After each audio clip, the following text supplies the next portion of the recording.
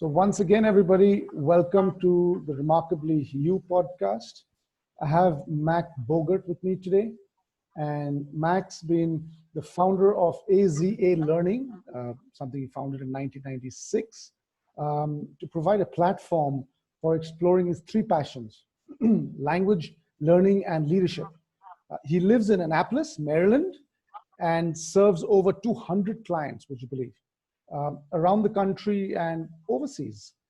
2016, he published the book Learning Chaos: How Disorder Can Save Education. And we think that this is so much relevant today, so relevant today, this book.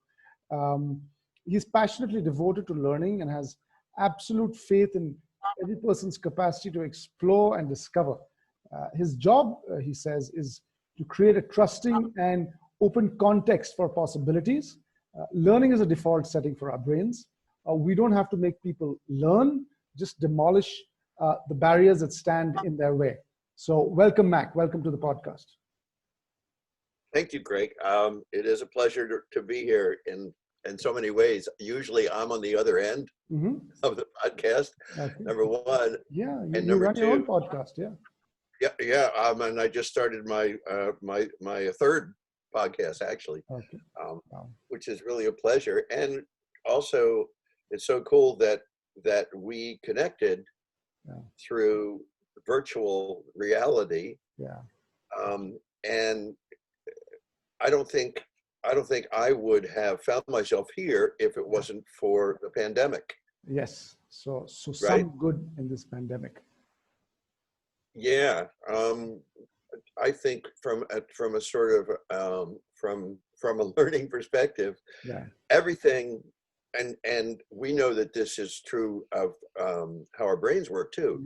Everything that comes through our five senses gets processed, right? Right. Everything. And you can't fill the brain up. It has. I mean, maybe if we lived to be 1,000, God forbid, we could fill it up, but you can't fill it up. Right. So this COVID thing is such. I mean, it is. Awful and deadly and horrible in a whole lot of ways. Yeah. It's also not something we can control. Correct. Right. Generally. Yeah. But this gives us an opportunity to kind of reframe. How we see so much in our lives, including how we learn and how we connect, and it's. And I think the only thing we can control in this is our responses to it, and how we're building our resilience in this entire pandemic. Yeah. Absolutely, and I think we can choose. At least I hope I can choose what I do with these data. Yeah. What I do with this thing that's happening. And from a learning and school perspective, this is such an opportunity. We have this huge collision of technology, right? Which is, I mean, here we are. I'm talking to you, and you're on the other side of the world. Halfway around the world. That's right. Right. We have that piece. We have that clearly, at least in this country, our public school system has a lot of problems. I mean, it's not, it's just breaking down, I think. And I don't blame anyone for that. It's just an old system. I think I really like the way you start your book in that, the way our public schools breaking down. And, I've got my battered Kindle over here, and that's, I just want to bring it to the screen and say, dinosaurs in prison. That's the way you start. I really like that, dinosaurs in prison. And I'm just going to read out the first few lines over here. Cool. It says, drive by a medium security prison, take away the razor wire, add a mascot, and what do you have? A public school. So, really nice way to start a book, yeah? Thank you, my friend. And kids aren't stupid, right? I mean, we're just tall kids, but kids are not stupid. And kids know that most schools look like prisons. Yeah, and I was just I was just going down by one of the schools in my neighborhood, and I was just running this in my mind, and yeah, I mean, halfway across the world, like you just said, same thing. You just try and take away the, if you just imagine in this case a razor wire and stuff, it just looks like a prison, and that's pretty scary. And most schools now, I've worked in two large school systems Hmm. here Hmm. in my country, and they were both highly rated school systems, Okay. and they were run too much like prisons. I Yeah. mean, the bell rings, all the kids have to get up out of their seats. They Mhm. all sit in rows. They have to go out the door. They have 5 minutes or 10 minutes to get to their another cell. Yeah. They all troop Yeah. into their cell. Yeah. They all sit down. Yeah. Um, it's just it's I, I have soul deadening. I have Pink Floyd's "Brick in the Wall" playing in my head as you're saying that. Yeah, yeah, yeah, yeah. And there's a nice line there saying, what you mentioned is schools reward accumulation and regurgitation. It's a line from the book. And then you also go on to say, what's unsurprising today is what would have seemed preposterous just 15 years ago is not anymore. And that got me wondering. Times are changing, undeniably. Um, I was also going across some of the new careers that have emerged, the very unconventional careers that have emerged. For example, a video game artist. I've got a 5-year-old, and I'm at the back of him. You're not going to watch video games, and screen time's limited and stuff for that. But you've got a very rewarding career over there: video game artist, video game designer, or producer. Um, and I'm just wondering, yeah, should schools be preparing for kids for something like this? Is it right? Is it even possible?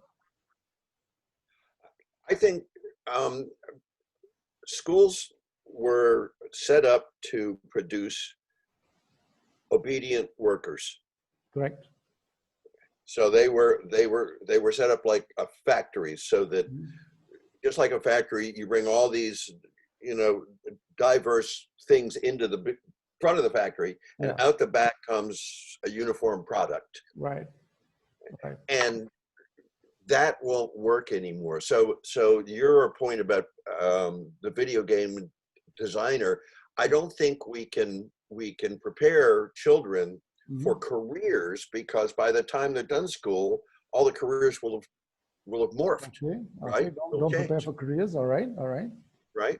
What we can give our kids Mhm. is ways to open up their capacity Yeah. to be to to be quick, to Yeah. be agile, to look for insight rather than just information, Yeah. because we can all get information from our pocket.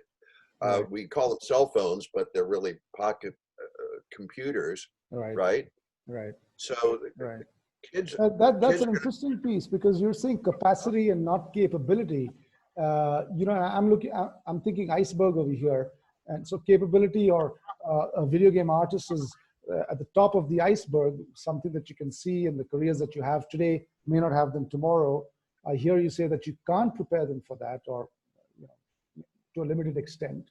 But what you can prepare them for is capacities like how do you learn quicker, how do you ask better questions, um, how do you just going back to the title of your book, learning chaos. So how can you function in chaos, right?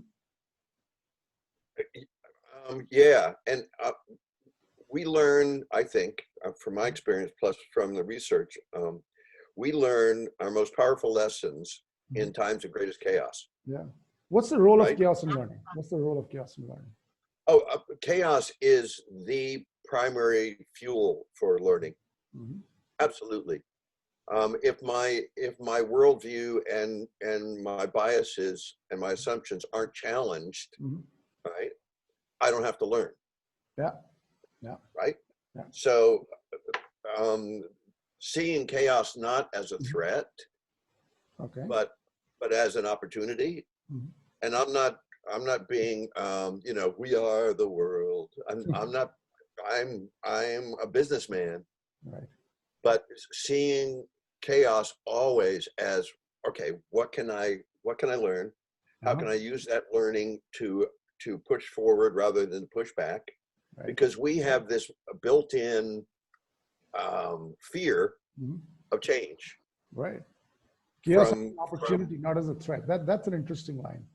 And I was just thinking, chaos before creation. It's something I read somewhere. I'm not sure where, but that's how the universe was created. There's a big bang, and, so that's how we've been settling down after that big bang. and it morphs as we speak, Yeah. Yeah. right? Yeah. It's Yeah. not still. Yeah. It's not still. I mean, my father Hmm. grew up in a world where, you got married right out of college. You had, I think it was 2.3 children was the sort of average number of Yeah. children. Yeah. You went to work for a company for 35 years. Yeah. Then you got a nice watch, Yeah. and you retired and you played golf for the rest of your life. If, And if you're in India, that's not 2.3. It would be something like 6.3 or something like that. But yeah, sure. oh, And I'm based out of India, just so yeah. no, it's I get it. I get it. Yeah. But I think all the rest of the things remaining the same. Yeah. Yeah. Yeah. So as there's a fundamental part of our brain Yeah. which sends us false data, I think. Right. And those data come from the time when we were hunters and gatherers, but we were also prey animals. Yeah. And what it says is change Yeah. might be danger. Absolutely. And that's like big brother brain. That's the bigger part of your brain, which has had eons to develop. And I think the logical part of the brain has had the prefrontal cortex. I think that's what it's called. Has had much Yeah. less time to play catch up. But the problems, yeah, the problems that we face today have overshot.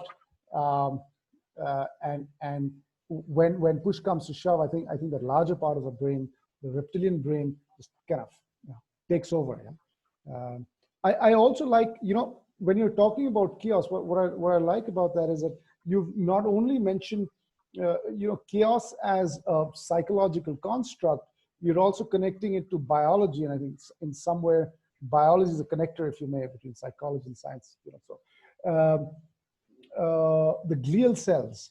I think that's Oh what you're yeah. talking about, right? So if you could say a little more on that. Yeah.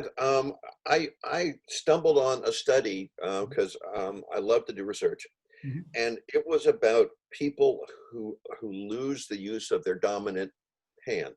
Right. Okay, so I'm right-handed, so I lose my arm or I damage it, whatever. Yeah. So I have to start to use my non-dominant hand Mm-hmm. for brushing my teeth and Right. eating my food and stuff. Right. And what they've at first got through stories is that people said to their doctors, Mm-hmm. since I started using my other hand, my short-term memory seems to be improving. That's gone up. Interesting. And it was only anecdotal at that point, Yeah. but doctors kept hearing this again and again and again and again. So they studied it, and what they discovered was when we are challenged by new behaviors, Mm-hmm. our brain, part of how it responds is structurally, and it creates these glial cells and dendrites, and which make more robust connective tissue. Mm-hmm. Mm-hmm. So we see relationships which we might not have been able to see prior because we didn't have the connectors to show all those things. And I think And what this, sorry, no, I think what this says to me is that chaos will put you into discomfort, and it's about embracing that discomfort. When you're learning something, you almost cannot be learning if you're not getting uncomfortable. So embracing that, and I think even giving yourself permission to get uncomfortable. and I think over time we can make the difference between discomfort and pain, Say more. because right? I think in my own experience too, I have mistaken discomfort for pain. Mm. Yeah. And the process of really learning always involves some discomfort, Nice. right? I mean, when you first start to get into shape, you know, whatever exercise you do, there's Yeah. some discomfort involved in that just because it's new, not because it's bad, Yeah. but because it's new. Yeah. So, so by bringing more chaos into the classroom, Yeah. we can help our children start to see that that feeling of discomfort is just a sign of novelty, Right. not of threat. And if there is a key switch in our framework of how we learn, I would say that's the most important part, is to not see that discomfort as a threat, but as an opportunity. As an opportunity. Got that. That's what I'm taking away. In your book, you've also talked about a 4-part sequence. So you're not just saying that this is a great theme to run by. You're taking that theme, you construct it into a construct, which has 4 parts to it. If you just tell us a little more about that. Sure. The first part is discovery, which is, I think, the built-in fuel for the way our brain works. I mean, you know this, our brain processes at a subconscious and unconscious level 24/7. Right. I mean, it is fast, and it's just extraordinarily powerful. Right. And that part of how our brain works best when it's given a lot of challenges. Right. Right? We love to find out stuff. Yeah. And kids are not over challenged. Kids are bored. Yeah. Right? I mean, kids are bored. All you have to do is ask them, ask them. Right. So that part of their brain doesn't get the kind of exercise that is best. Yeah. Now, they get it when they have fun together, when they play out on the playground, when they do video games, but they don't get enough in the classroom. Right. And that part of the brain does not get sufficient exercise by regurgitation. Right? It just doesn't. So the second piece, and this came from a book called The Hand. Okay. And the author of that book, Frank Wilson, suggests that the human brain evolved to deal with the complexity of the human hand. Yeah, and not the other way around. Yeah, which for me was just a mind blower. Wow. It's a fabulous book. Wow. So I don't think that we learn optimally until we get to make something with whatever the content is. So I'm just thinking this probably find a parallel of this in the animal kingdom too, So the giraffe didn't have food, so it reached up, and the neck started growing, and the brain also, started at a much more simplistic way, started developing to serve the function of the longer neck, the longer tongue, the reach. So actually the reach developing the brain, and then the brain developing the reach. So I see that, what you're saying is the functions of the hand actually gave rise to the development of the brain. Wow, that's mind blowing. And I think that it's supported by research as well as by experience. For instance, looking right what you and I are doing now. I've been doing virtual classes for almost 15 years. Only because I was asked to, and I was short of money, so I didn't want to do it, but I said, okay, I will. Right. But that took some reprogramming. Right. Right? Right. Right. I just did a class last week with 26 people in the class. Right. I never saw, because of their security system, I never got to see a single face. Yeah. Yeah. And it was very uncomfortable for me. I keep trying to stare into the camera right now, into that. Right, right. That's what I'm trying to do right now. So yeah, it is uncomfortable for me too. Yeah. And after about 3 hours, I figured out that what I would do is I would talk to the camera Yeah. on my computer, Yeah. and I would pretend that the camera was a human face. Right. That's right now. I know that that's pretend, and I know that my camera is not a human face, yeah. but suddenly, because I reprogrammed here, Yeah. right? Yeah. Suddenly I was able to make something happen for the people, and not to blow my own horn too much, but I got great feedback from them about what a wonderful session it was. And I use my ears more and my eyes less, though I'm a very strong visual learner. So part of the payoff was that I was a better listener by the end of the class. So that's the second piece. We have to make something. Yeah. You know, we have to I just make want to go back to the first piece, if I may, the one that you spoke of discovery. And in the discovery bit, you speak of planning versus preparation, right?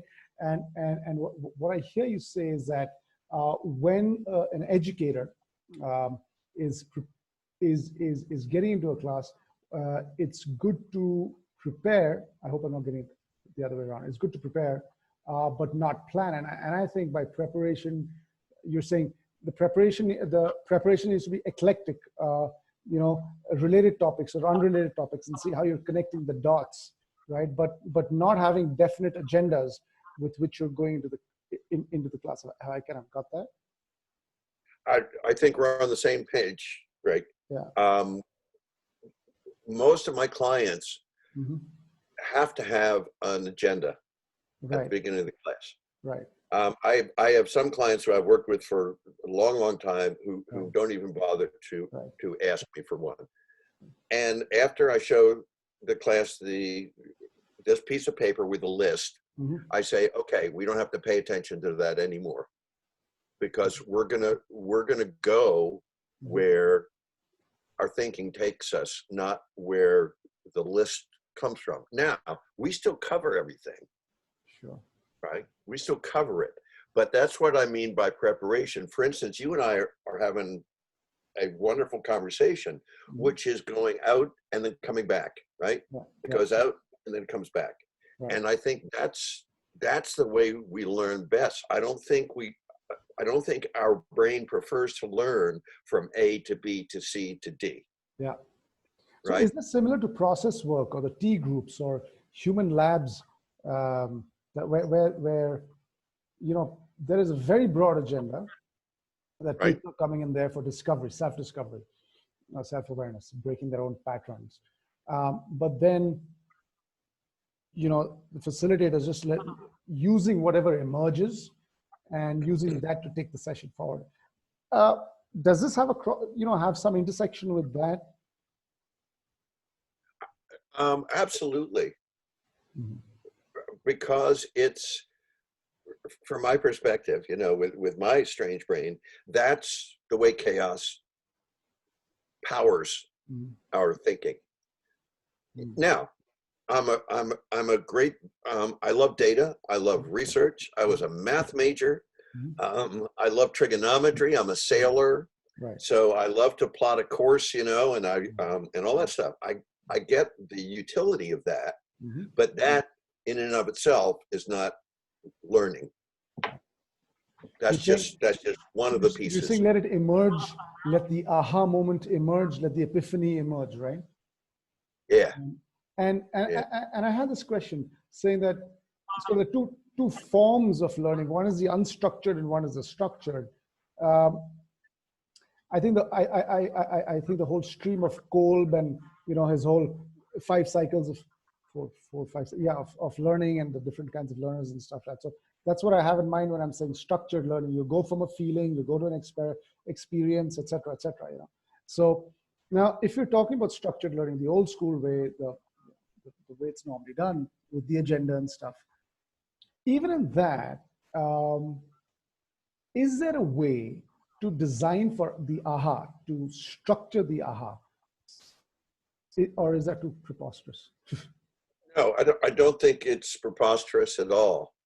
Now, I think you can design for it, but I don't know that you can structure for it. But what you can do, and I've seen this done, is you can look at every structure in your learning place, in your school, in your classroom, whatever, and you can ask the same question of everything you do.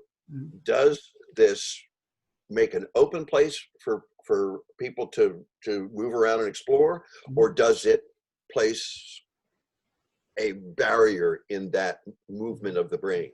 And if it places a barrier, then it's got to go. Then it's got to go. Okay. Yeah. It's got to go. Now, I have to take role, right? I have to prove that people attended the class. I get that. Yeah. But that's, you know, see what I mean? For instance, I don't know how you do it in your schools, but why do we segregate kids in schools by age group? Yeah. What does that add? Nothing. Right? Yeah. Nothing. And it would be so wonderful to have a space, and I'm not calling it a classroom, but a space where you know, we're talking about diversity over here. You know, that's the theme of the hour, I guess. And it would be great to have a space where you had you know, diverse groups of children interacting with each other. Maybe and one piece could be age or subjects, and you know, all interacting with each other at the same time, and letting groups self evolve, and you know, self-forming groups. That would be really interesting. I think, it's in the book. My stepson went to what's called the Sudbury School. Okay. Yeah, and they have no grades, no grade levels, no teachers, no classrooms. It's kids age 5 to 19. Wow. The kids run the school. The kids, the kids pay the bills, and they take care of the grounds, and they just do the entire thing. And it's this astonishing place. Wow. When you drive up to one of their schools, the first thought that you will get is, God, I wish I could have gone here. Right. Because all the kids are working with each other, they're teaching each other, they're building partnerships in order to figure out how to make a pizza from scratch. They're working on their own computer programming because they want to do a project, but they couldn't find a program that works, so they all work together to make a new program. I mean, it's this extraordinary fountain of kids all excited, working together, going like this, you know, banging into each other as they're exploring. It's just an amazing, and every school could be more like that. And I'm just thinking, if I take this, if I pay this forward a little bit, you know, today in the workspace, in the corporate world, corporate America, corporate India, there's this whole drive around diversity and inclusion. Yeah. But if we started diversity and inclusion in this kind of fashion, you know, from, you know, formative years, you wouldn't have to teach them diversity and inclusion. It would just be part and parcel of them. No, because they wouldn't know that there was any other possibility. Yeah. Right. Yeah. Yeah. Absolutely. Your second piece, assembly, you call it, and I just picked up a line from there saying the brain is a metaphor for thought, the heart is a metaphor for emotion, and the hand is a metaphor for assembly. And that kind of summarized, or rather, that I don't want to say summarized. That was good, a good topical sentence for the second part of the second phase of your construct, assembly. Yeah. No. Perfect. Yeah. Perfect. We need to build. We need to make. We need to see what we did. Yeah. Not just write. Not just type. Yeah. But we need to make. I worked as a carpenter for some years, and I still love to do that. That's the perfect place, you know. Have our kids all do projects. Have all learning focused on a project, a tangible project, right? Yeah. Because that's what gets our juices flowing. It could be it could be a stupid project, or you know, not stupid, but it could be a very simple or fantastical project. Like, you know, after reading a book, I went to YouTube and I was seeing, you know, what all you can do with a bunch of matches, right? And you stick it into somewhere and make it light and see what happens. something goes Yeah. forward, you've got some laws of physics playing out there. So I remember this guy Mike Rowe from Dirty Jobs, the Dirty Jobs guy, Okay. and I think on Discovery it used to play. So um, he would go and film basically the dirtiest jobs or the scariest jobs, the weirdest jobs on the planet. He'd go and chest deep in a sewer with the sewer cleaner, and or roadkill picker uppers. He'd go with them, and what he says is, they're some of the happiest people, as most anchored people in life, and they're whistling as they're cleaning up the road, the roadkill. Um, uh, and and I feel at some level we've declared war and work. You know, doing jobs with our hands is not the cool thing, for a lot of us. And these are the same people who, in their spare time, Yeah, do something that involves their hands. yeah, They do carpentry, or they play golf, or they knit, or they, what I mean? yeah, We can't wait to get touched and to yeah, be in touch with something. And I think that's part of where our schools miss the boat, yeah, is just as you just said, they have this false concept that somehow working with your hands is not only different than working with your brain, but yeah, it's less.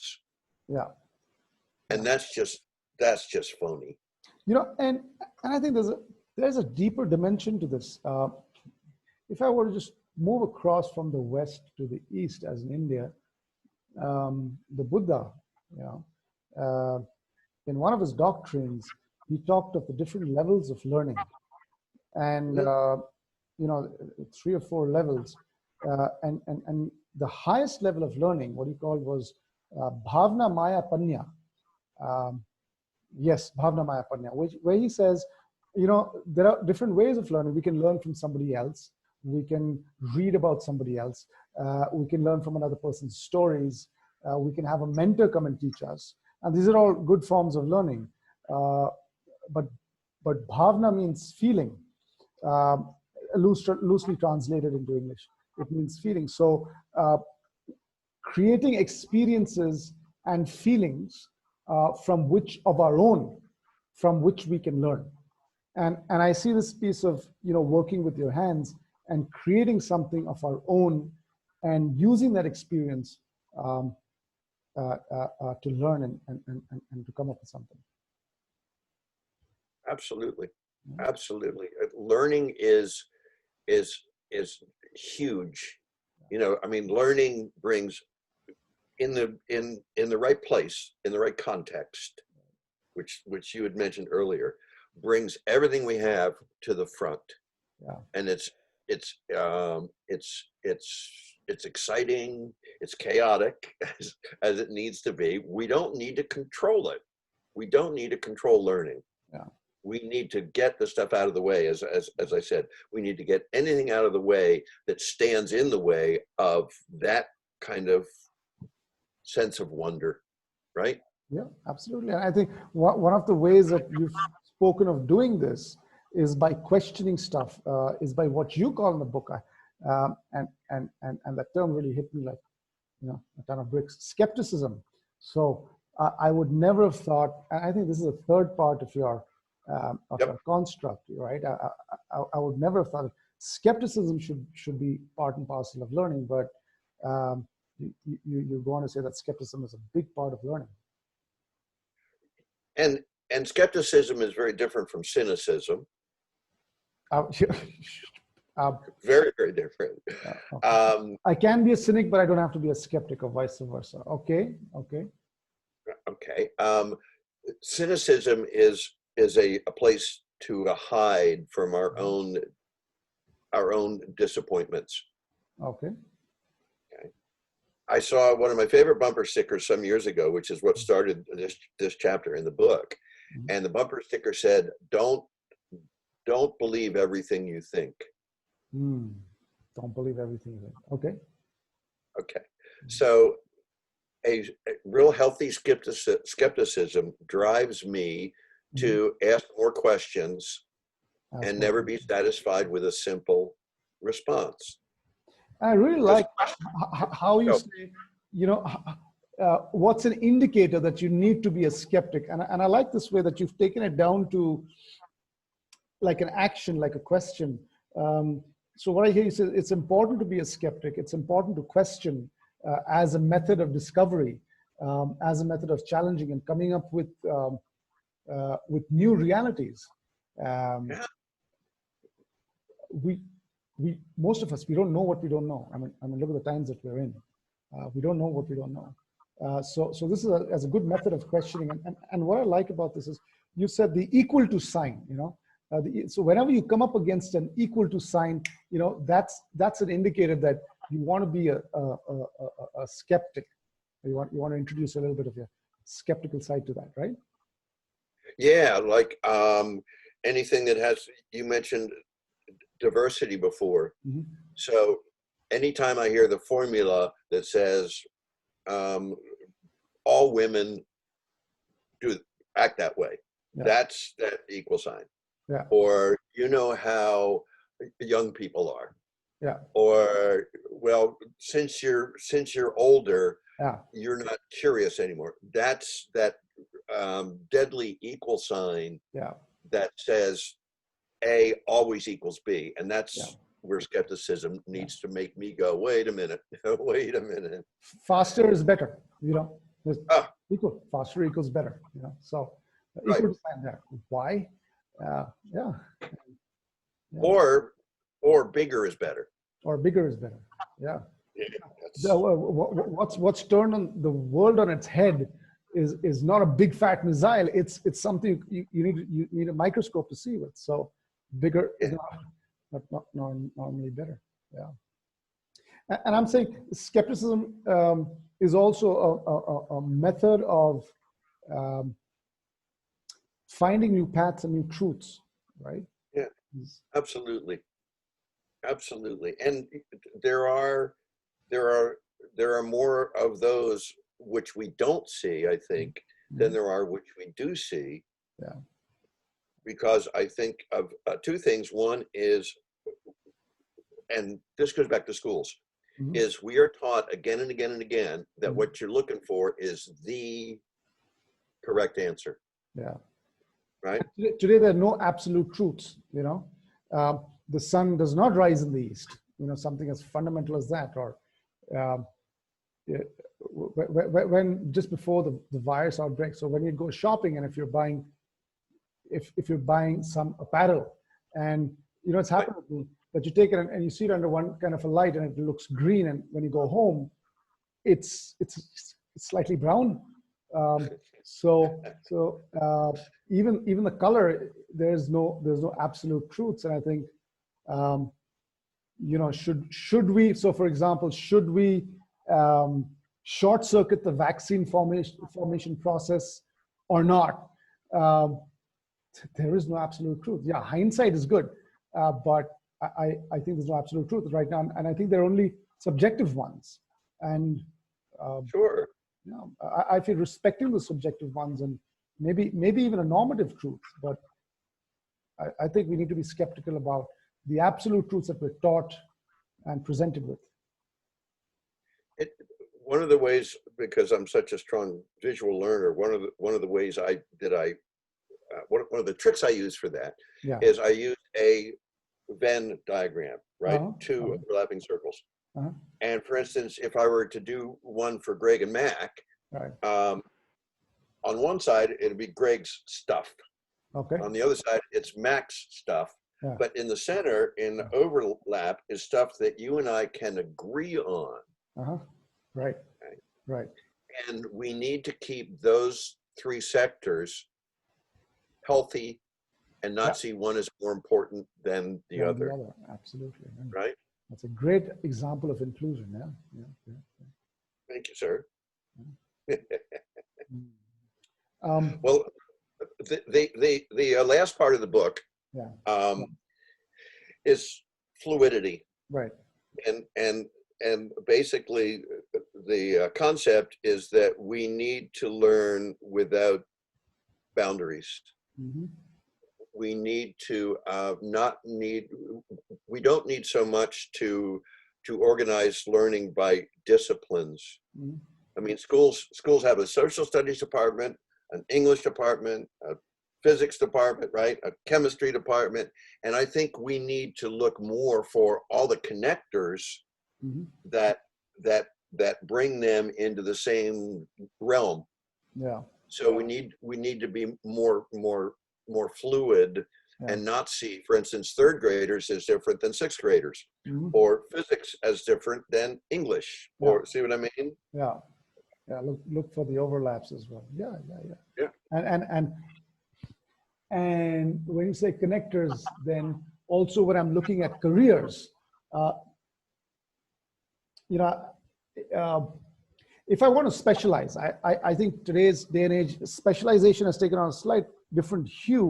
So if I want to if I want to be the LeBron James, right, then I got to be that 0.001 percentile of the population to make it financially viable for myself, right?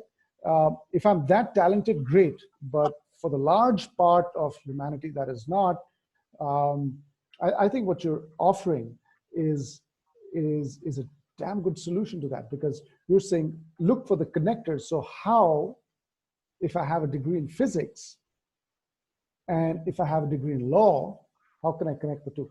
How can these two come together? And if this is instilled within me at, in my formative years, then looking for these connections in this, very dynamic world, is something that could keep me, fulfilled, ahead of the times, in touch with the times, and make it financially viable for us. Absolutely. And that thinking in that framework Mhm. also breaks down intolerance, That's right. That's right. right? Yeah. Because rather than just saying, well, Greg has darker skin than I do, Mhm. so we can't agree, or Yeah. Greg is younger than I do, Yeah. or Greg does his podcasting differently. Mhm.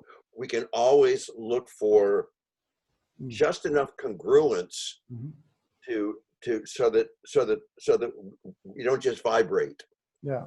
right? Yeah. So that we can move forward, Mhm. and at the same time you don't lose anything and I don't lose anything Right. by finding that. So it isn't like I have to surrender my identity Yeah. in order to find connectors with people who are very much unlike me.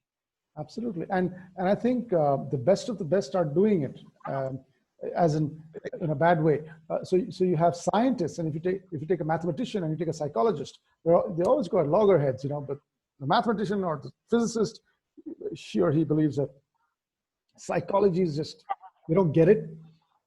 Yeah. And what's below psychology is social sciences, right? So, and these guys are saying, hey, you know what, science, I mean, you're always stonewalling, and even Einstein's wrong in so many ways. So I think a healthy respect for each other and these different subjective truths coming up to form something new. Although Mac, in the fluidity part, you're saying no pain, no gain, right?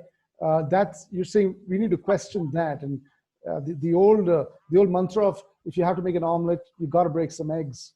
So for me, it's always been that this is something personally I always resonated with. If you got to make an omelet, you got to break some eggs. But you're saying not necessarily. So how do you resolve the two? How do you take that form? Yeah. Any bromide Yeah. that we have, like Mm-hmm. no pain, no gain. I mean, that's where the skepticism comes in. Mm-hmm. Okay. Um, because whenever I find myself um, buying into Mm-hmm. any framework that puts a box Mm-hmm. around possibility, Mm-hmm. then I have to question that framework, because as soon as I only operate within the framework, Mm-hmm. then I cannot be fluid Mm-hmm. in how I think. Mm-hmm. I can't be fluid anymore. And when we question a common common wisdom, Uh-huh. that's when we bring chaos into our own universe. And in that chaos is where we find discovery and assembly and skepticism and fluidity. Yeah. I mean, I was told things when I was young by my parents, God bless them, which turned out to not be useful, Yeah. right? And it isn't because they were bad or wrong, it's because that's all they knew. And I think, Because like you were talking about the Venn diagram, so you had your parents in one diagram, you here, and then there's some overlap. So there's some part of what they said was right. A lot of us keep looking at the other part and say, hey, our folks are wrong, and there's always a pointing and blaming finger at them. And I think what I heard you say is also a lot of respect, a lot of mutual, respect for their side of it and our side of it, and reality that should be. We're drawing to a close, Mac, and I had a round where I call the speed dating questions. Yeah, so we it's like speed chess or speed dating. I'm just going to fire some questions away, and then very quickly, if you can, I've got about 4 or 5 of them. okay. Very quickly, if you just respond to it. So one, what's your process of writing? How do you go about writing? You've done a fantastic book. Broadly, what's the process of writing? How do you do your research? I'm just bunging 2 questions together. How do you do your writing? How do you do your research? I start with a single insight. Something will just come across, I'll find it, or it'll show up in my life, and I will write it down. I have a whole list, and then I go back to it, and I go wherever that insight leads me. Okay. That's all. I don't have an outline. I don't have a storyboard. It's the same way that I play the guitar. I go where my fingers lead me. Fair enough. And that seems to work. That seems to work. Now, this the Remarkably You podcast. I interview people from all over the world, and now, the way you write. I'm just going to say it once again. I was really blown away with that. For somebody who has English as a second language, how do they make it up? Because if you've got a book out there and you're competing against the best and the New York bestseller list and stuff like that, so how does one who has English as a second language really up their writing skills, their English skills, and gets up there? I think that there are some simple rules to writing. Okay. Number 1, don't use adjectives and adverbs. Use nouns and verbs. Yeah. Okay. Shorter is always better. That's strong. Yeah. Short is strong. Yeah. Short is strong. Yeah. And never edit your own work. Okay. Never edit your own work. You want other people to read it. And finally, for me, what works is when I write, I want to hear it. When I write, I want it to be like lines in a play. I want people to hear the words in their head as they read. So it's more like speech, right, than composition. Got it. If you're teaching a course on how to facilitate an online class, you mentioned that you've been doing it for 15 years. What are some things that we should watch out for as an educator, as a facilitator? Don't mistake the tools of this as power. Don't mistake the tools of this as power. Okay. Okay, because the same thing that I absolutely believe about learning in general is that learning thrives when you trust in everybody to have the same goal, which is to learn, to be engaged, and to be excited. So don't think that this platform, just like you and I are using, should control where they go. Got it.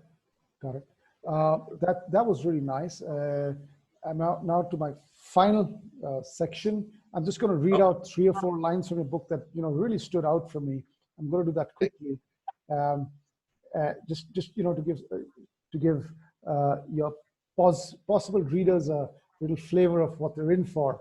One of the first pieces that stood out for me is authority is the antidote to the risk of uncontrolled curiosity. Yeah. Second one, teaching takes less courage than allowing learning. That one truly blew me away. We find a new respect for clarity of thought rather than absolutes of position. Lastly, as long as we're clear about the words we use when we speak, we can practice learning, and I love this, we can practice learning rather than winning. Mac, it's been really wonderful having you on this podcast, and all the best for you in these times with educating people. I know you're doing a lot of good work with your podcast, and stay safe, Mac. Thank you, Greg. You too, brother. Okay. Okay. I'll talk to you soon. Talk to you soon. Bye-bye. Bye.